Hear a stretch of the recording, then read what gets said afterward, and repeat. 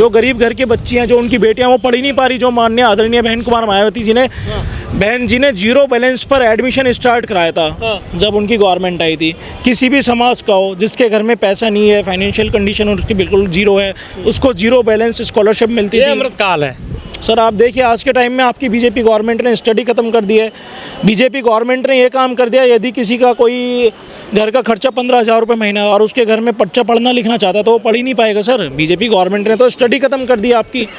आपको पूरा यदि हम देखा जाए तो मतलब उन लोगों ने आपको स्टडी से दूर कर दिया। जहाँ आप तमाम 60-100 साल पहले थे वो तो वहीं, लेके जब से बीजेपी गवर्नमेंट आई है इन्होंने पूरा फ्यूचर ही खराब कर दिया। डंका बज रहा है मोदी योगी का पूरी दुनिया। वो डंका बज रहा है, लेकिन डंका सेकंड आप देखिए ना, एजुकेशन में बजना चाहिए सर। आप देखिए जब से मोदी जी आए हैं, जब से योगी जी आए हैं, यूपी के अंदर एग्जाम हुआ है, यूपी पुलिस की परीक्षा फेल हो जाती है, टीचिंग की परीक्षा फेल हो जाती है, पेपर लीक क्यों हो रहे हैं? तो कहीं ना कहीं तो सर कमी है आपकी गवर्नमेंट में। माननीय बहन कुमारी जी की सरकार में कभी भी कोई पेपर लीक नहीं हुआ, जाते जाते भी वो पुलिस की नौकरी देके गई हैं। तो बताइए आज पब्लिक बहन जी को इसलिए याद कर रहा है। और 15 साल पूरे बीत चुके हैं योगी जी की सरकार को, बीतने वाला आने वाला समय बहुजन समाज पार्टी का है। साहब को याद किया जा रहा है बिल्कुल सर। देखिए हमारे समाज में मान्यवर श्री काशीराम साहब जी हैं और उनके आने के बाद भी हमारा संगठन स्टार्ट हुआ है और उन्हीं के रूप से हमारा संगठन जाना जाता है। क्योंकि मान्यवर काशीराम साहब और बहन कुमारी आदरणीय मायावती जी के आने से ही हमारे समाज की पूरी गंभीर हालत एक गंभीर हाल से निकल पाई और उसके बाद ही हमारे समाज ने बोलना, खड़ा होना, रहना, उठना सीखा है। तो मान्यवर साहब काशीराम जी को जब तक हमारी सांसें चलेंगी तब तक हम उनको याद करेंगे। काशीराम जी ने जो कारवा शुरू किया था, बीएसपी बनाई, वो कारवा चल रहा है बीएसपी में भी या रुक गया है?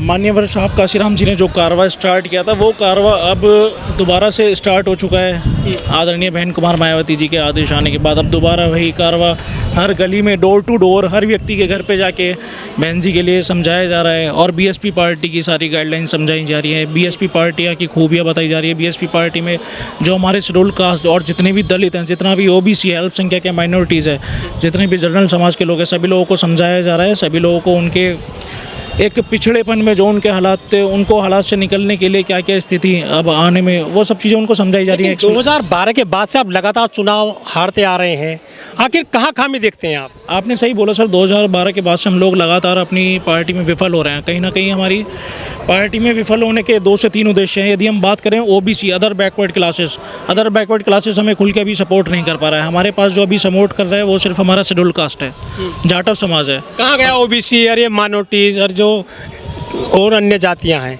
देखिए सर, माइनॉरिटीज़ कहीं नहीं गया है। माइनॉरिटीज़ टोटल सारा का सारा सर्व समाज को जा चुका है, ब्राह्मण समाज को जा चुका है, बीजेपी के साथ जाके खड़ा हो चुका है।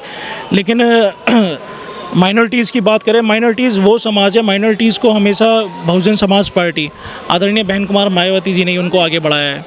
ठीक है, उनको हमेशा आदरणीय बहन कुमार मायावती जी ने ही आगे बढ़ाया और उनका भला भी एक बसपा बहुजन समाज पार्टी के अंदर ही है।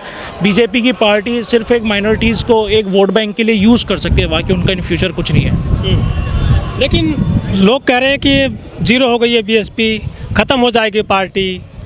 देखिए सर, लोगों का काम है कहना, लोगों के कहने से कोई भी मतलब कुछ प्रूफ नहीं होता। ठीक है, माननीय आदरणीय बहन कुमार मायावती जी की बहुजन समाज पार्टी वो पार्टी जब वो 2007 में पूर्ण बहुमत वन साइड अपने दम पर आगे निकली थी। तो वो कह रहे हैं कि काशीराम जी ने जो ज़मीन तैयार की थी ना, उसके दम पे बहन जी 4 बार मुख्यमंत्री बनी थी। वो तो काशीराम जी की जब ज़मीन तैयार की गई थी, जो बहन जी सफल हो गई थी, उसके उनके जाने के बाद में जो बसपा लगातार हार रही है चुनाव। काशीराम साहब जी के साथ भी तो लोग ही थे ना, आदरणीय बहन कुमार मायावती जी के साथ भी लोग ही हैं। ठीक है, लोगों का काम है सर कहना। संविधान है, संविधान की स्वतंत्रता है, हर किसी को फ्रीडम दे रखी है, आज़ादी है। हम किसी को अपशब्द तो नहीं बोल सकते, हम किसी को रिटर्न तो नहीं कर सकते। हम रिटर्न कर सकते हैं सिर्फ अपना वोट बैलेंस से। तो हमारी वही तैयारी है। 2007 जी ने अपने भाई को भी जो है पद वापस ले लिए हैं, भतीजे से भी कह दिया है तुम उत्तराधिकारी नहीं हो, पद वापस दे दो। देखिए सर, आपने बिल्कुल सही क्वेश्चन किया, इसका मैं जवाब देता हूँ। बहन जी वो पार्टी लीडर हैं, बहन जी के शरीर का एक एक बूंद का खून ना वो भी उन्होंने अपना बहुजन समाज पार्टी के समाज के लिए दे रखा है। तो बहन जी के लिए ना तो कोई पार्टी में भाई है, ना कोई बहन है, ना कोई भतीजा है, ना कोई पार्टी का छोटा नेता है। बहन जी के लिए सिर्फ और सिर्फ पार्टी का कार्य करता है। तो जो भी कोई गलत होगा, बहन जी उसके हाथों में से पावर। दुश्मन जो है बहन जी के, वो तो कहते हैं कि बहन जी ने अपने भैयाओं को जो पार्टी सौंप रखी है, भतीजों को सौंप रखी है। बिल्कुल आपने सही जवाब दिया। एक दुश्मनों का काम होता है सर कहना। अब तक दुश्मनों ने क्या है, उसके बाद कोई ऐसा एविडेंस तो नहीं आया ना। तो बहन जी उनको जो है काउंटर क्यों नहीं करती हैं आकर के मीडिया में? देखिए सर, ऐसा नहीं है, बहन जी ने कई बार प्रेस कॉन्फ्रेंस में कुछ चीज़ें बोली भी हैं लेकिन बहन जी अपने समय के साथ साथ प्रेस कॉन्फ्रेंस बुला के सब चीज़ों को क्लियर करती भी रहती हैं। वो समझने वाले पर्सन्स के ऊपर बात है, कौन कितने शब्दों में कितना समझ पा रहा है। कह रहे हैं बीजेपी की बी टीम है बहन जी और BSP. Very good question sir, आपने मेरे से बिल्कुल बहुत राइट क्वेश्चन बोला है। और आज के टाइम में भी देखा जाए बेसिकली यूथ यही बोलते हैं सर, बीजेपी की बी टीम नहीं है बहन जी, और ना कभी भी हो सकती। वो ये विरोधी हमेशा बोलता है सर, आप हमें एविडेंस दीजिए ना, प्रूफ कीजिए ना हमारी बहन जी को। आप बोल रहे हैं, बोलने से क्या है सर, कॉन्स्टिट्यूशन है 40 आर्टिकल 2। मीडिया में खबरें ऐसी आती रहती हैं। सर मीडिया है, मीडिया वही है ना, मीडिया जो बोल रहा है आप मीडिया में क्यों नहीं जाते हो? मेन स्ट्रीम मीडिया में प्रवक्ता नहीं है बीएसपी के। बिल्कुल आपने सही बोला सर। आज के टाइम में यदि हम बात करें मीडिया कौन चला रही है? अंजना ओम कश्यप, श्वेता अंजना ओम कश्यप तो पूरी बीजेपी की वाहवाही करती है। उन्हें तो बीजेपी से अलग कुछ सुनना ही पसंद नहीं है। काम नहीं कर रहे हैं क्या वो? सर बिल्कुल भी नहीं कर पा रहे हैं। मैं तो चाहता हूँ वो मेरे से बिल्कुल आमने सामने बैठ के बात करें, हम दोनों की मुलाकात हो, मैं उनके मुंह पे बात बोलने के लिए। मीडिया के कैसे बीएसपी को सफलता मिलेगी ये बताइए सर। है ना आप लोग, बड़ी मीडिया नहीं है, छोटी मीडिया तो जमाना गया 2012 वाला या 2007 वाला। सर देखिए आदरणीय बहन जी के लिए अब तमाम गली गली गांव घर घर जाके कि मोदी जी 4 रैली करते हैं।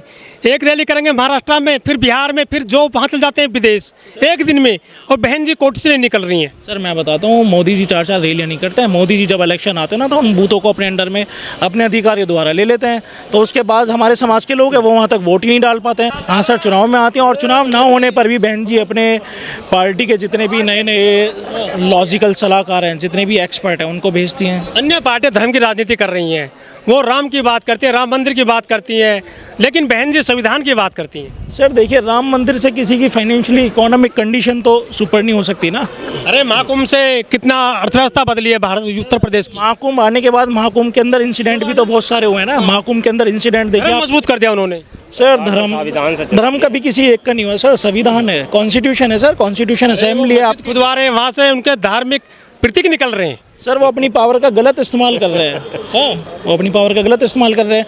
जब सरकार बदलेंगी पलटेगी तो उन्हें जवाब देना पड़ेगा। फिर तमाम लोगों को जुडिशियल कस्टडी में आना पड़ेगा, जज साहब को बताना पड़ेगा। जब आपने ये सिर्फ उनको सत्ता जो आक्रांताओं ने यहाँ पे आक्रमण किए वो सब बदला लिया जा रहा है। सर बदला नहीं लिया जा रहा। मैं सिर्फ वोट मिल रहा है बीजेपी को। मैं सिर्फ यही कहूँगा, सिर्फ बीजेपी हिंदू मुस्लिम की राजनीति कर रही है और वो समाज के अंदर इतना अगर गंदा। वोट मिलता है तो क्या दिक्कत है? सर वोट मिल नहीं रहा है, बीजेपी बूथ कैप्चर कराती है। सर मैं खुद सेक्टर देख मजबूत कर रहे हैं वो। पूछिए सर, धर्म कभी किसी एक से नहीं चलता। आपके हिंदुस्तान को क्या हिंदुओं ने आज़ाद कराया मंदिर क्या? बनवा दिए वो। सर राम मंदिर बन चुका है। आप ये देखिए, राम मंदिर बनने के बाद वहीं से वहाँ के सांसद क्यों हार गए? आप ये भी तो देखिए ना सर। लाखों लोग रोज जा रहे हैं राम मंदिर में, वहाँ पर वो वोट बैंक है बीजेपी का। सर वोट बैंक मैटर नहीं करता, मैटर ये करता है आपने कितने लोगों को खाना दिया है वहाँ पे, कितने लोगों की फाइनेंशियल कंडीशन इकोनॉमिक आप ऊपर उठा के वो कह रहे हैं हमें धर्म चाहिए, नौकरी मिलती रहेगी, पहले धर्म बचाओ। सर धर्म नहीं, पहले आपकी फाइनेंशियल कंडीशन सुपीरियर होनी चाहिए। 5 किलो अनाज तो दे रहे हैं वो। सर 5 किलो अनाज ही तो नहीं देना चाहिए ना उन्हें। आप अनाज ना दीजिए, जो गरीब हैं, जो सुपीरियर जीरो है, नहीं सोएगा। आप उनको स्कॉलरशिप दीजिए सर।